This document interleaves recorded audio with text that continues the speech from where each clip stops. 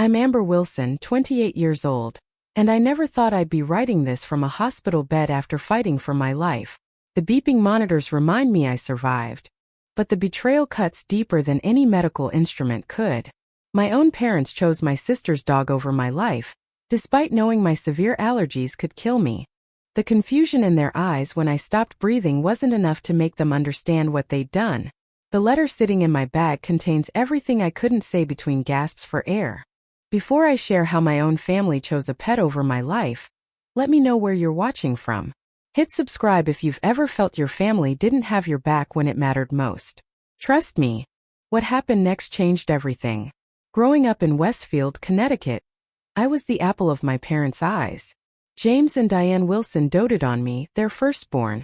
Dad would swing me around our backyard until I was dizzy with laughter, while Mom meticulously documented every milestone in leather-bound albums.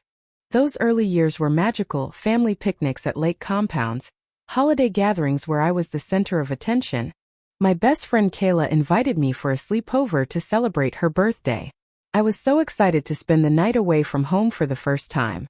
Mom packed my overnight bag with my favorite pajamas and Mr. Whiskers, the stuffed cat I couldn't sleep without. When we arrived at Kayla's house, her golden retriever Max bounded toward us, tail wagging enthusiastically.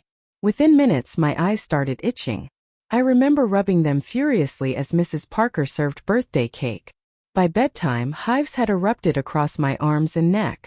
When I woke up at 2 a.m. gasping for air, my throat closing, Kayla's parents rushed me to the emergency room. Severe canine allergy, the doctor explained to my terrified parents. Anaphylaxis. She's lucky you got her here when you did. I'll never forget the terror in Mom's eyes as she clutched my hand in the hospital. Dad paced the sterile room, making promises I was too young to understand the significance of. We'll make sure this never happens again, Amber. We promise. And for years they kept that promise. Our house became a fortress against potential allergens. Air purifiers hummed in every room. Visitors had to shower and change clothes if they'd been around dogs. She declared dramatically, standing over the startled boy with empty juice box in hand. Mom had to pick her up from the principal's office, but I remember her trying not to smile as she lectured Brooke about appropriate ways to handle conflict. Missing out became my normal. While friends went to the dog park, I waved from the car.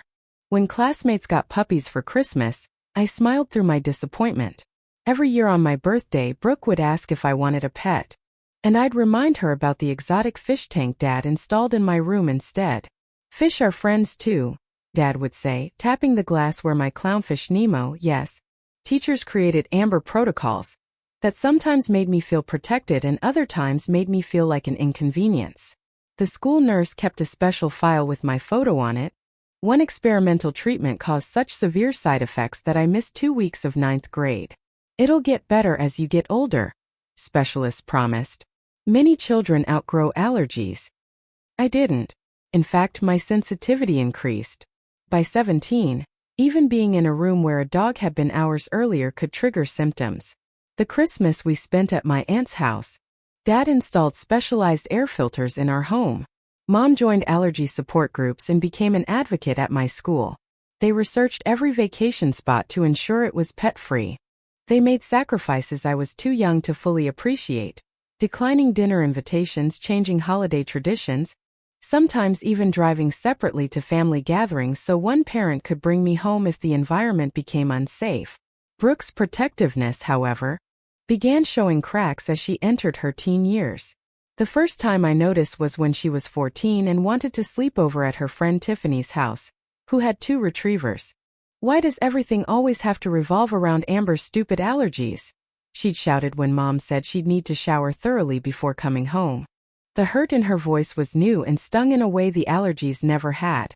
As high school graduation approached, I felt a mixture of fear and exhilaration. College would mean independence, a chance to manage my own environment without the constant umbrella of parental protection. I chose a Northwestern University, partly for their journalism program, but also for their comprehensive medical accommodations for students with severe allergies. The night before I left, Dad helped load my car with special pillow covers, a portable air purifier, and enough allergy medication to stock a small pharmacy. You call us if anything happens, Mom insisted. Arranged specifically to accommodate my medical needs, became the first space that was truly mine. No shared bathroom with Brooks hair products triggering my sensitivities. No careful monitoring of who had visited houses my friends lived in. Just clean, controlled space where I could breathe freely. Freshman orientation introduced me to Professor Kaufman, my academic advisor, who had reviewed my medical file in advance.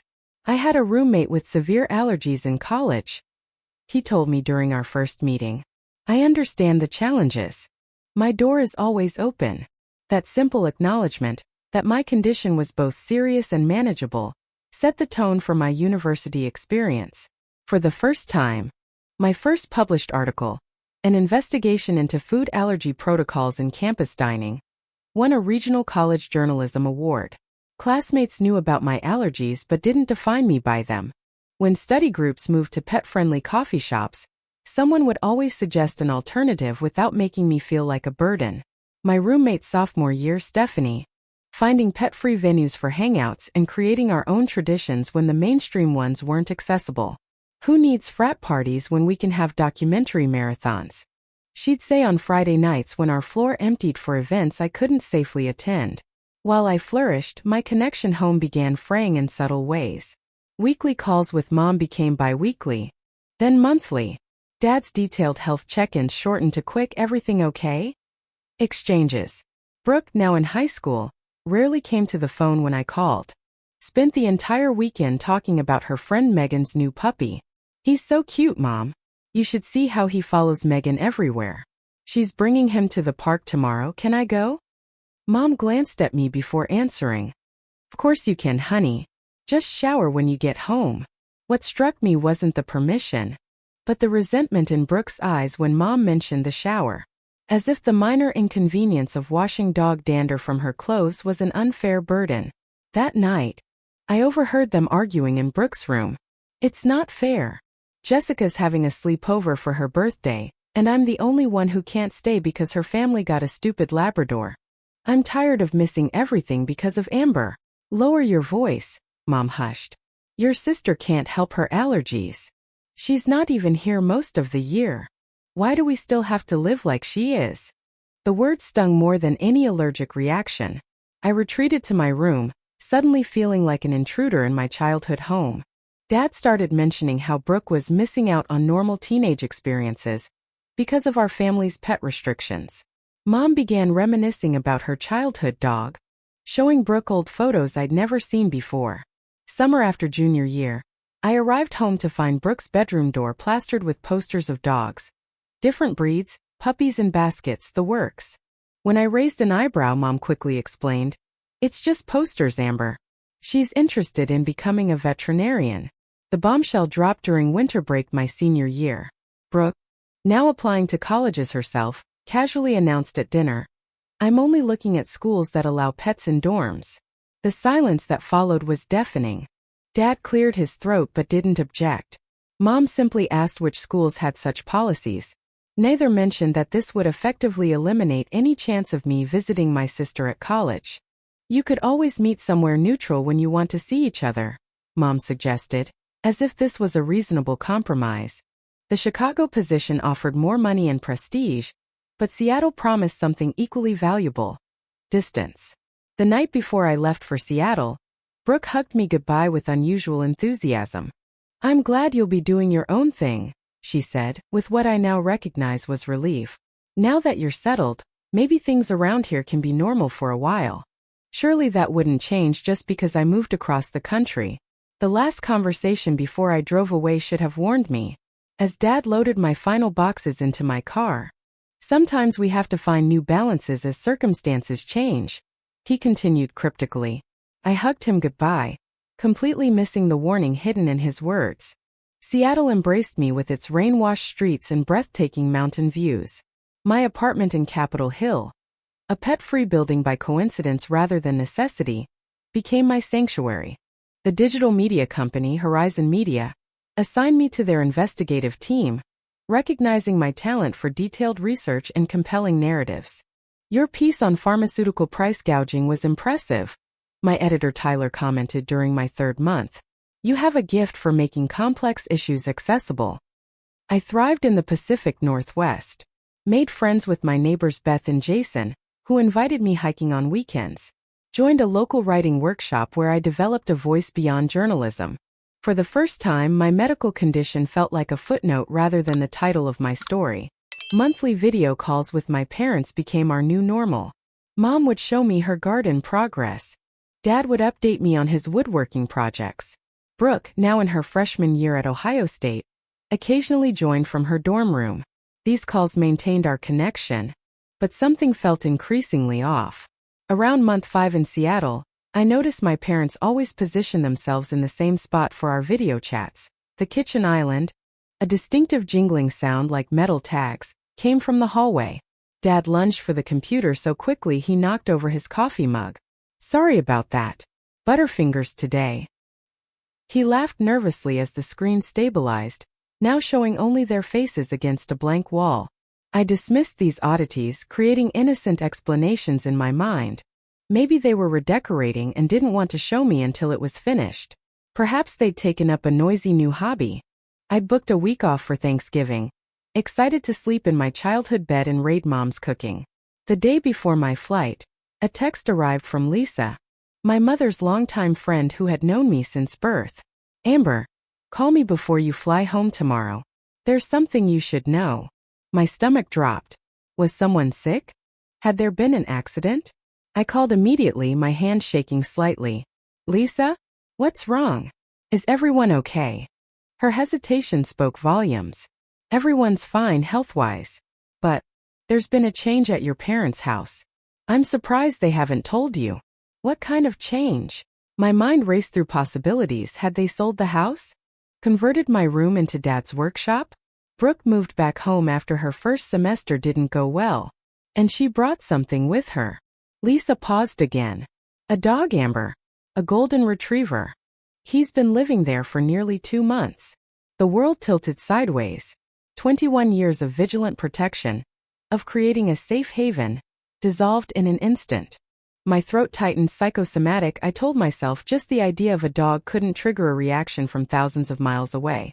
There must be a mistake, I whispered. I'm sorry, sweetie. I thought you knew. I assumed that's why you weren't coming for Thanksgiving. I am coming. My flight's tomorrow morning. Oh. The concern in that single syllable sent ice through my veins. Have you talked to your parents about arrangements? What arrangements would those be, Lisa? Arrangements for me to not die in my childhood home. The bitterness surprised even me. After hanging up, I called my parents immediately. Straight to voicemail. I texted. Is there something you forgot to tell me about the house? No response. That night I barely slept. The betrayal cut deeper than I could articulate. Not just the dog. Pets were wonderful for people who could safely have them, but the deception. The deliberate choice to hide something that directly impacted my health and ability to come home. My flight the next day felt interminable. Each minute stretched as I rehearsed conversations in my head, trying to find an explanation that wouldn't shatter my image of my parents as my lifelong protectors. The taxi from Hartford Airport to Westfield carried me toward a confrontation I never imagined having. As we turned onto my street, I spotted my parents waiting outside. Not on the porch where they usually greeted me, but at the end of the driveway. Their posture screamed guilt. Dad took my suitcase, his eyes not quite meeting mine. Good flight. Where's Brooke? I asked, ignoring the small talk. Inside, Mom answered, her voice unnaturally high. She's excited to see you. As we approached the front door, Dad suddenly stopped. Amber, there's something we need to discuss before. Too late. The door swung open, and there stood Brooke with a beaming smile. Beside her sat a golden retriever, nearly identical to the one that had sent me to the emergency room at age 7. Surprise! This is Cooper, Brooke announced, as if introducing me to a new friend rather than a potential death sentence. I froze on the threshold, feeling the first tingling sensation across my skin as dander particles found their way to me even outside. Inside, I could see dog toys scattered across the living room floor, and a large plaid dog bed in the corner. Signs of a pet fully integrated into what had once been my safe space. You've got to be kidding me, I whispered, already reaching for my purse where my EpiPen lived.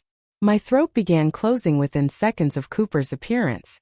That familiar, terrifying sensation of my airway constricting sent panic coursing through me.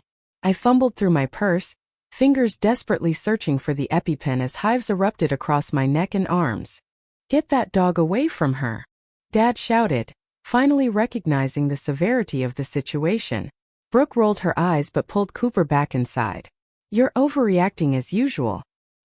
He's hypoallergenic." "No dog is truly hypoallergenic for someone with severe allergies," I wheezed, finally locating my EpiPen.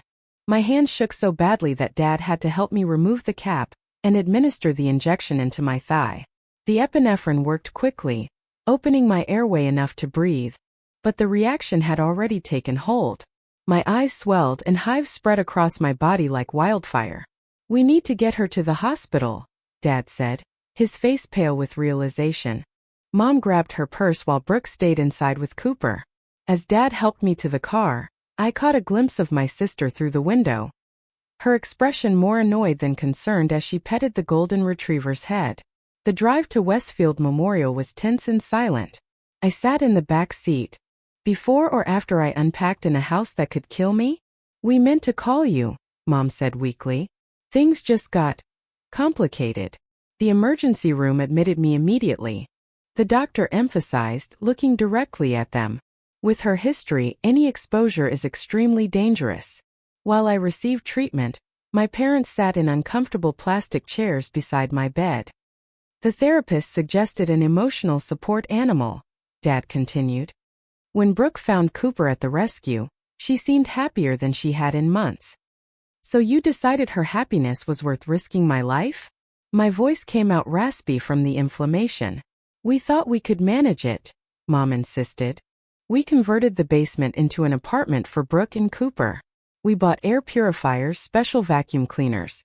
We planned to board Cooper when you visited. But the kennel was full for Thanksgiving. And nobody thought to warn me before I flew across the country?" They exchanged another glance. "We thought you wouldn't visit much anyway. Now that you're in Seattle," Dad admitted, "we didn't want to make you feel unwelcome." The absurdity of that statement hung in the air between us. Not wanting to make me feel unwelcome, while making the home literally uninhabitable for me. The doctor returned with my test results, his expression grave. "Your tryptase levels are extremely elevated. This was a severe anaphylactic reaction, Miss Wilson. The next exposure could be fatal, even with immediate intervention." He turned to my parents. "I need to be clear. This young woman cannot be in an environment where dogs are present or have recently been present. The proteins in dander can remain active for months, even with cleaning." My parents nodded solemnly, but I could see the conflict in their eyes. They were already calculating compromises, weighing risks. "We'll keep Cooper in the garage during your visit," Mom suggested once the doctor left. "And we'll deep clean your room." I stared at them, disbelief washing over me. "Did you hear nothing the doctor just said? Dog dander lingers for months. It's in the furniture, the carpets, the air ducts." "You're being dramatic," came a voice from the doorway. Brooke stood there, arms crossed defensively. Brooke's defiance, and saw the choice they'd already made. "I'll get a hotel room," I said quietly. "Don't be ridiculous," Mom protested, but her relief was palpable. "We'll figure this out." "There's nothing to figure out. You've chosen Brooke's dog over my life." The words hung heavy between us. "I'll stay at the Marriott downtown until my flight back." "Amber, please," Dad began. But I turned away, exhaustion and betrayal overwhelming me. That night, alone in a sterile hotel room instead of my childhood bedroom, I scrolled through old family photos on my phone. Images of birthday parties, vacations, graduations, moments where my parents had been my fierce protectors. The contrast with today's events left me hollow. The hospital had discharged me with strict instructions to avoid further exposure, and a prescription for prednisone that would make me jittery and nauseated for days. Some homecoming. 3 days into my stay at the Marriott, guilt and loneliness drove me to attempt reconciliation. Perhaps with some distance from the initial shock, we could have a rational conversation about solutions. I texted my parents, suggesting meeting at a neutral location for dinner. Why don't you come to the house instead? Mom replied. We've kept Cooper in the basement and cleaned everything. Brooke's at a friend's until 7. Against my better judgment and the doctor's explicit instructions, I agreed. The pull of family and the desire to salvage our relationship overrode my self-preservation instinct. Dad greeted me at the door wearing a fresh shirt, obviously showered to remove dander. We really have cleaned everything, he assured me, leading me to the kitchen where Mom waited with my favorite chamomile tea. The house smelled strongly of disinfectant and air freshener, but underneath those chemical scents, my sensitive nose detected the unmistakable presence of dog. I popped a preventative antihistamine and kept my inhaler in my pocket, hoping the precautions would be sufficient. We've been thinking about solutions, Mom began, her tone cautiously optimistic. What if we create separate zones in the house? Cooper stays downstairs with Brooke, and we get HEPA filters for the main floor. We could install a washroom in the garage, Dad added, so Brooke can clean up before coming upstairs when you visit.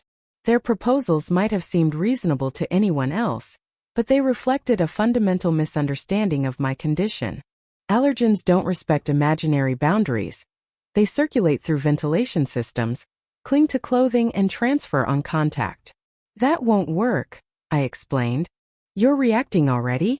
But we've cleaned for 2 days straight. That's the reality of severe allergies, I said, pulling out my inhaler as my chest tightened. This isn't about cleanliness. The proteins in dog dander can remain active for months. As if on cue, scratching sounds came from the basement door, followed by a plaintive whine. Cooper had apparently tired of his confinement. I need some air, I said, moving toward the back porch. The protein-laden house was becoming unbearable, my eyes swelling despite the medication. Outside I gulped fresh air, trying to calm my racing heart.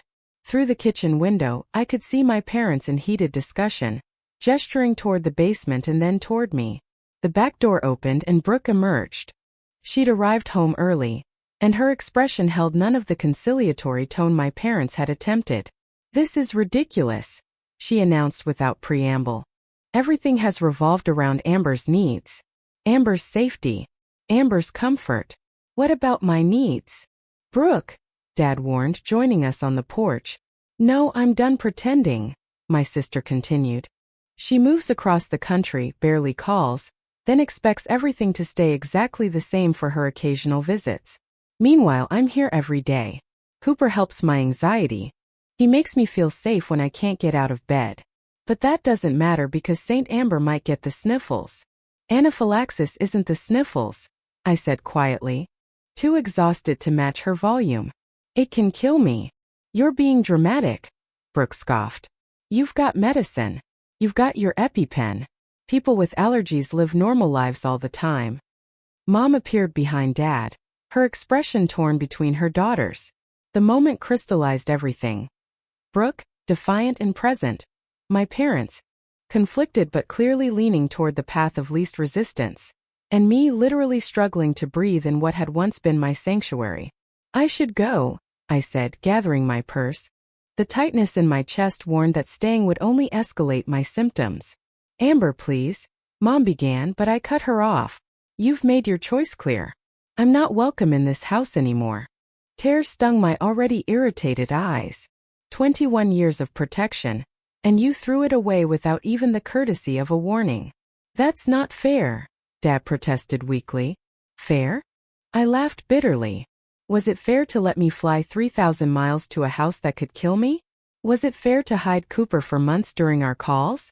Tell me what part of this seems fair to you. No one answered. The silence confirmed everything. I left without looking back, tears blurring my vision as I drove through familiar streets that no longer led to home. The finality of the rupture settled over me like a physical weight. Rather than returning immediately to the hotel, I stopped at Riverside Cafe, a quiet restaurant overlooking the Connecticut River where I'd celebrated many special occasions with my family. The hostess seated me at a corner table, away from the dinner rush, perhaps recognizing something fragile in my demeanor. I ordered soup I couldn't taste and bread I couldn't swallow, going through the motions of normalcy while my world crumbled. The weight of realization that my childhood home was now a place that could kill me just tired from travel. In truth, I felt disconnected from my body, operating on autopilot. Halfway back to the hotel, the first serious symptoms hit without warning. My earlier exposure at the house had apparently triggered a biphasic reaction, a secondary anaphylactic response that sometimes occurs hours after the initial exposure. My throat began closing with terrifying speed. Hives erupted across my skin as my airway constricted. I managed to pull onto the shoulder of Elm Street, fumbling for my EpiPen with increasingly numb fingers. The autoinjector slipped from my grasp, rolling under the passenger seat as my vision began tunneling. I reached for my phone. I might die alone in my car because of residual dander on my clothing. Through the fog of semi-consciousness, I was vaguely aware of my car door opening. A stranger's voice, urgent but distant. Miss? Miss, can you hear me? I'm calling an ambulance. Darkness claimed me before I could respond. Consciousness returned gradually, first as awareness of rhythmic beeping, then the sterile smell of hospital antiseptic. I blinked against harsh fluorescent lighting, trying to orient myself. A doctor I didn't recognize stood at the foot of my bed, reviewing a chart. Miss Wilson? I'm Dr. Patel. You're in the ICU at Westfield Memorial. Do you remember what happened? Memory returned in fragments: the confrontation at home, the restaurant. A good Samaritan found you unconscious in your vehicle and called 911. You were in respiratory arrest when paramedics arrived. They administered epinephrine on site, but you required additional intervention en route.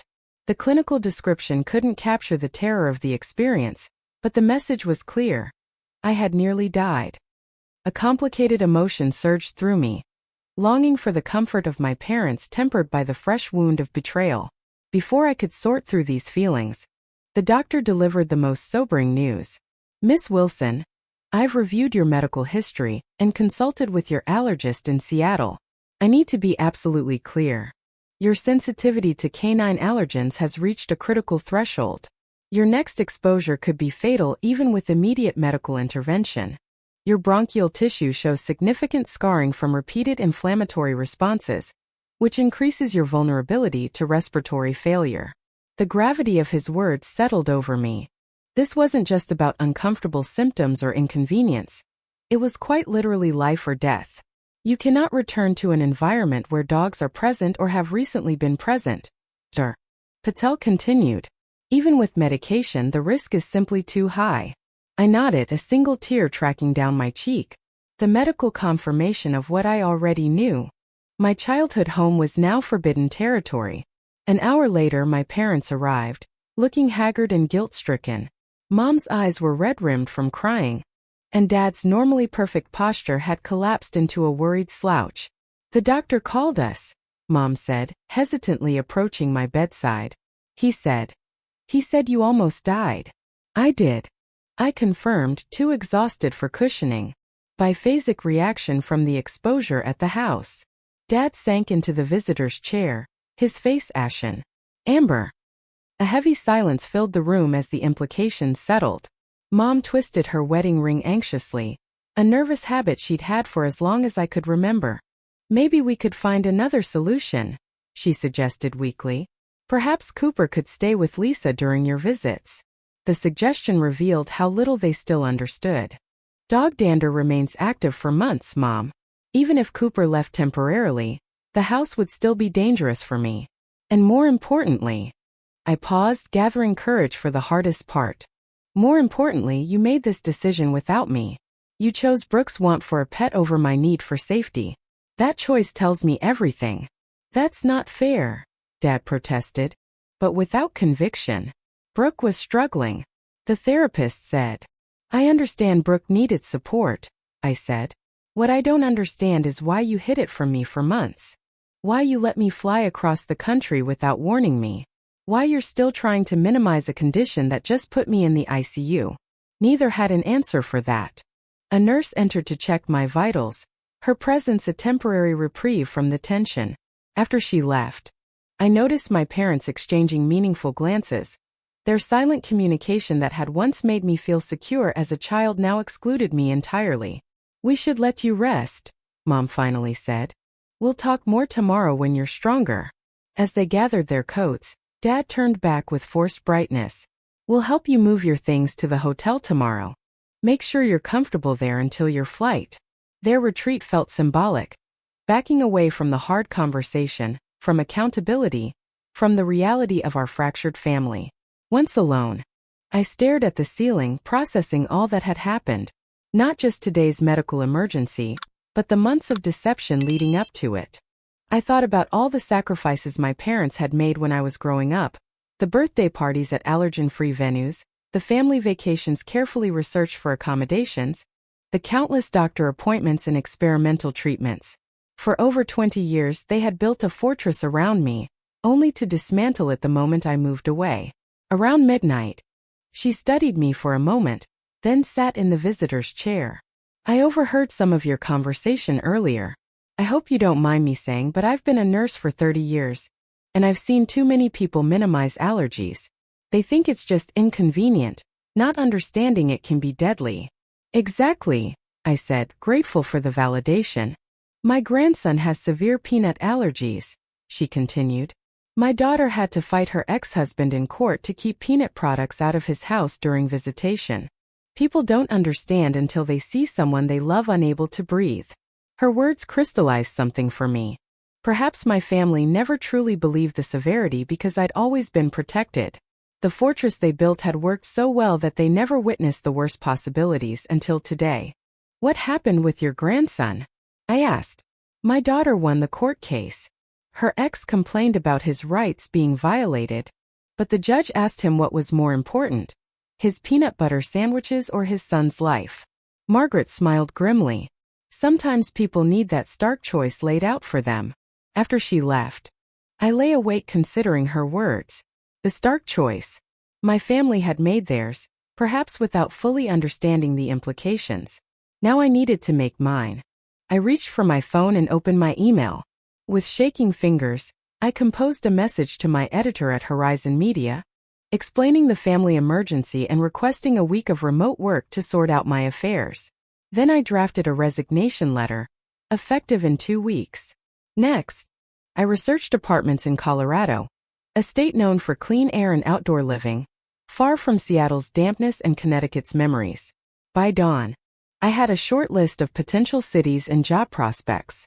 The decision settled over me with surprising lightness. For years I had worked around my condition. As morning light filtered through the hospital blinds, I began drafting another document, the letter that would explain everything to my family once I was gone. Not a goodbye exactly, but a boundary drawn in ink rather than breath.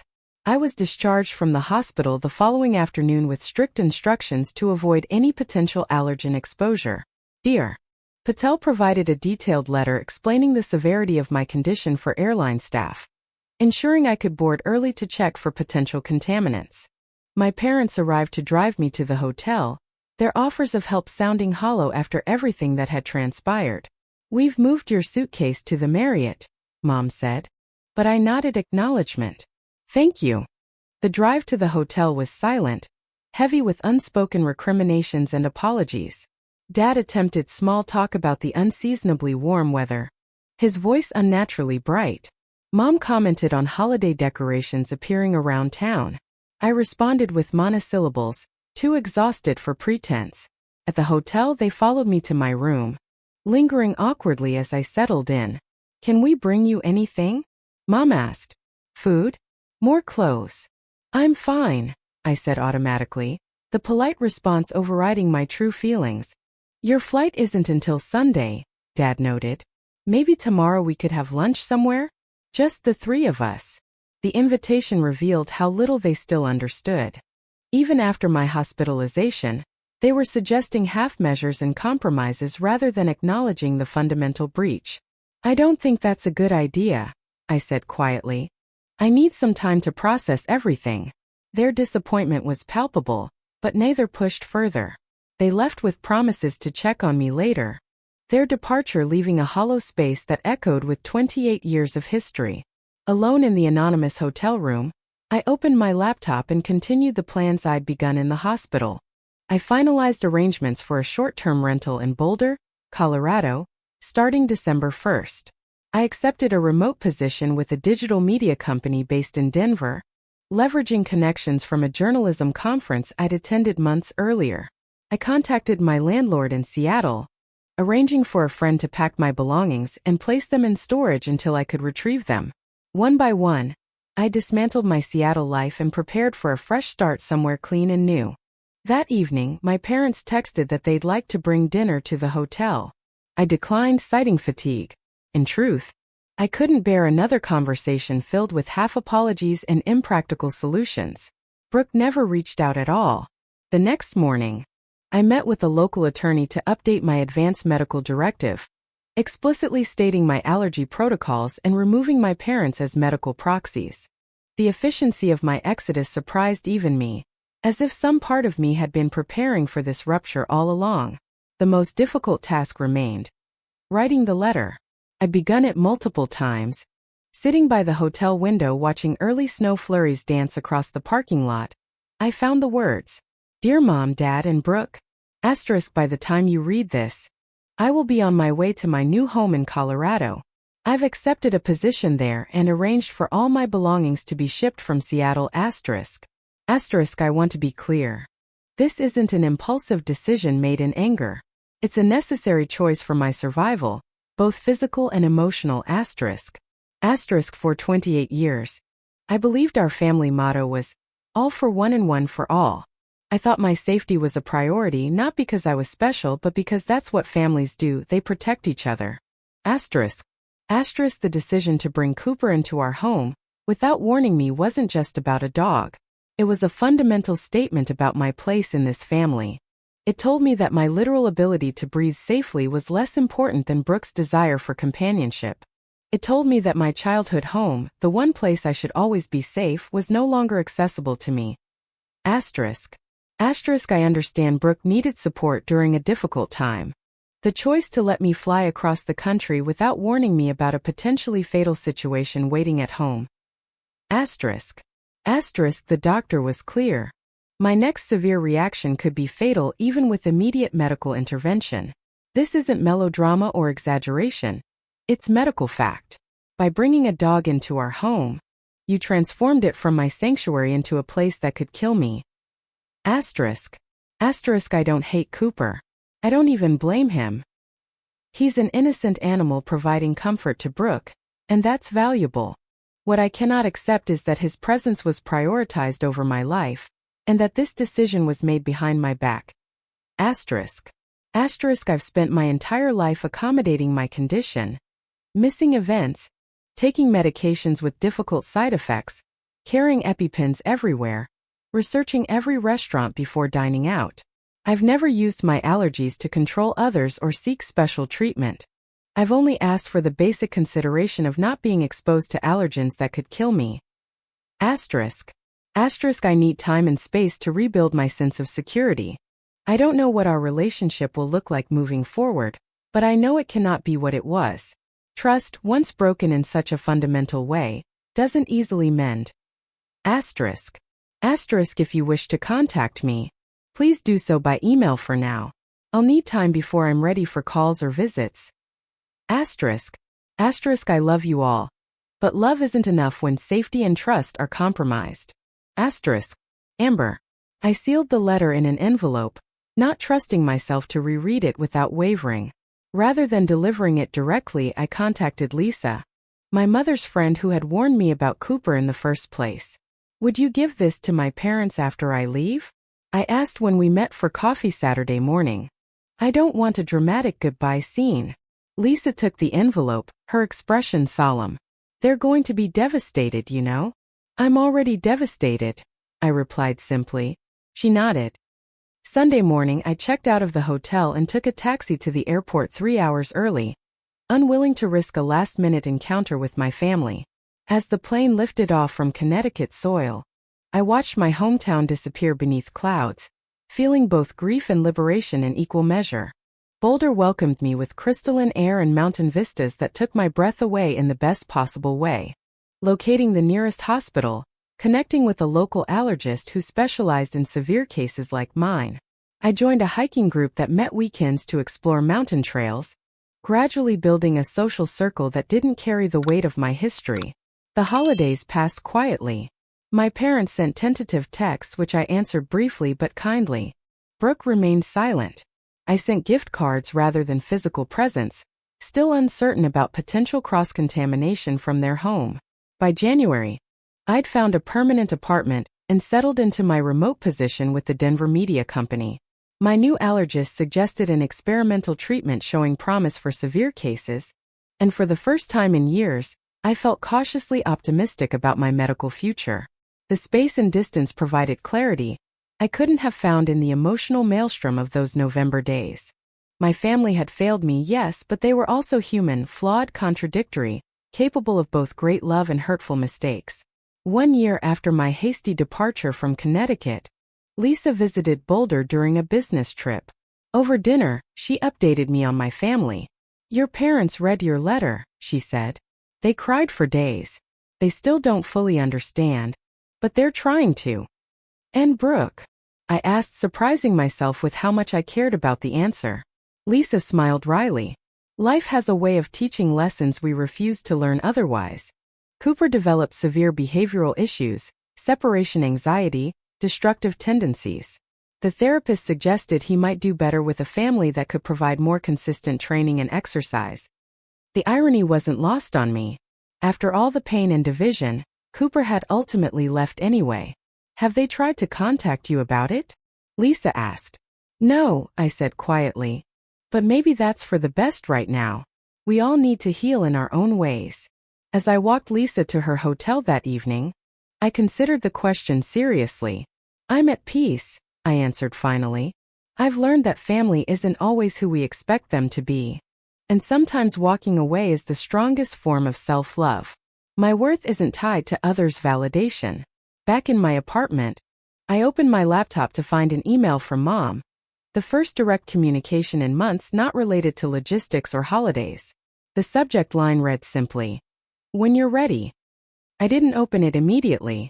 Instead, I stepped onto my small balcony and breathed deeply, filling my lungs with clean mountain air. Whatever the email contained, apologies, explanations, attempts at reconciliation, I could face it from a position of strength rather than desperation. Sometimes the family we choose becomes more important than the family we're born into. My worth wasn't determined by people who couldn't prioritize my life over a pet. The hardest letter I ever wrote became the first sentence in a much better story, mine. Have you ever had to walk away from family to protect yourself? How did you find the strength to start over? Leave a comment below sharing your experience. If this story resonated with you, please hit the like button and subscribe to hear more stories of personal growth through difficult circumstances. Thank you for listening to my journey. And remember, sometimes the bravest thing you can do is put yourself first. Until next time, take care of yourselves.